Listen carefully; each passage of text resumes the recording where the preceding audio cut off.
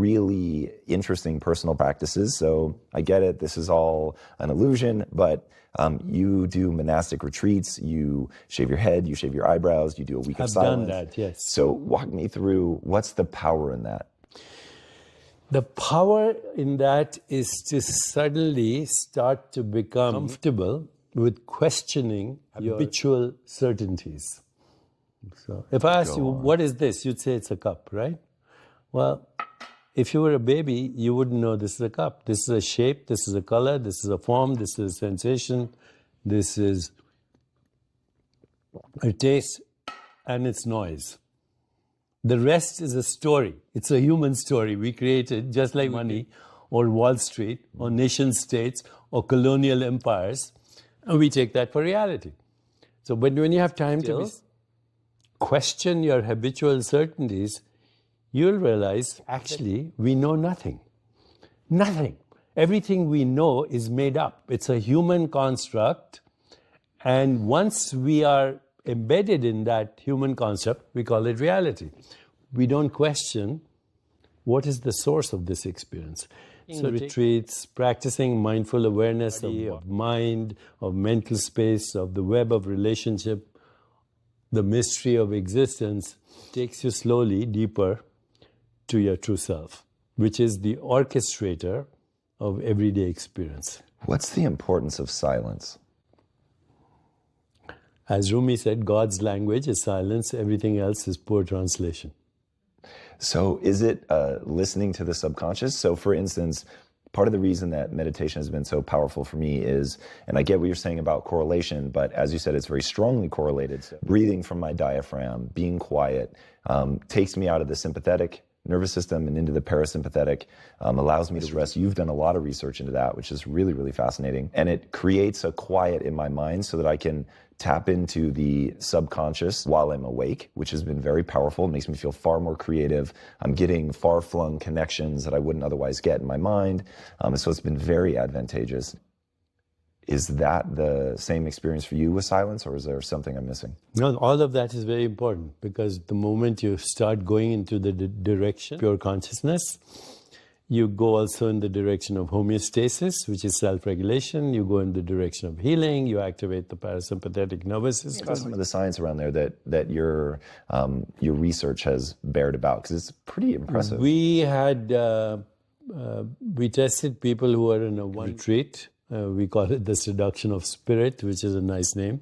And at the end of the week and before the week, we tested gene activity and inflammation and many other things.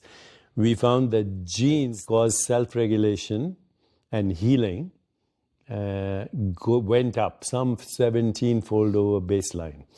Genes that cause inflammation, which is the common background in chronic illness, and chronic inflammation is the background.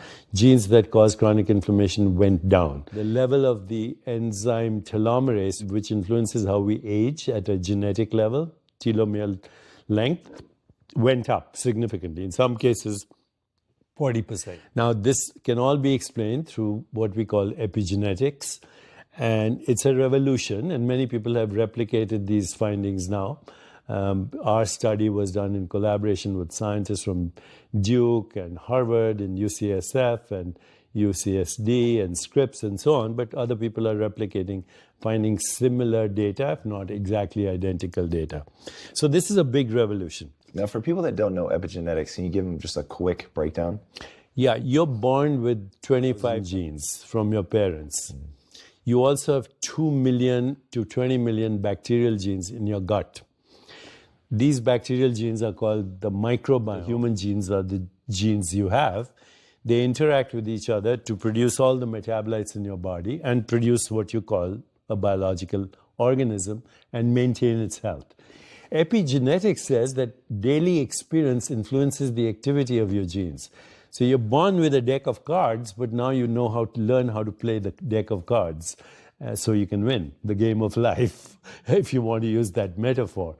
And so gene activity is influenced by the things like sleep, managing stress, exercise, yoga, breathing, pranayama, introspection, mindful awareness, emotions, nutrition, connection with nature. We can change our gene activities. That ability to change the activity of the genes, you can't change the cards you were dealt with, but you can change their activity. But you can also change your microbiome by changing your diet. So you can actually change much of your gene, not only expression, but the genetic information in your body.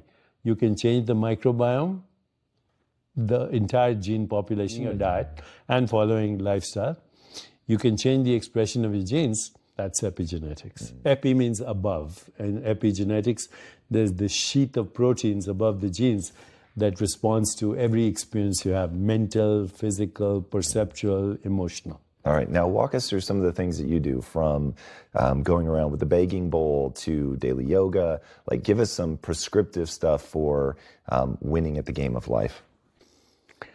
Okay, well, going around with the begging bowl and all that was just to experience self without my identity, Deepak Chopra. You shave your eyebrows, you walk with a begging bowl amongst beggars, and you were doing this in South Korea, right? Yeah, in Korea, yeah. And you get, in Thailand, in northern Thailand. But there are monasteries in South Korea like that too. So it brings you to, who am I without my PR? Who am I without this identity? That is the purpose of some of these retreats. But of course, that's once in a while. I take a week of silence also, once a year.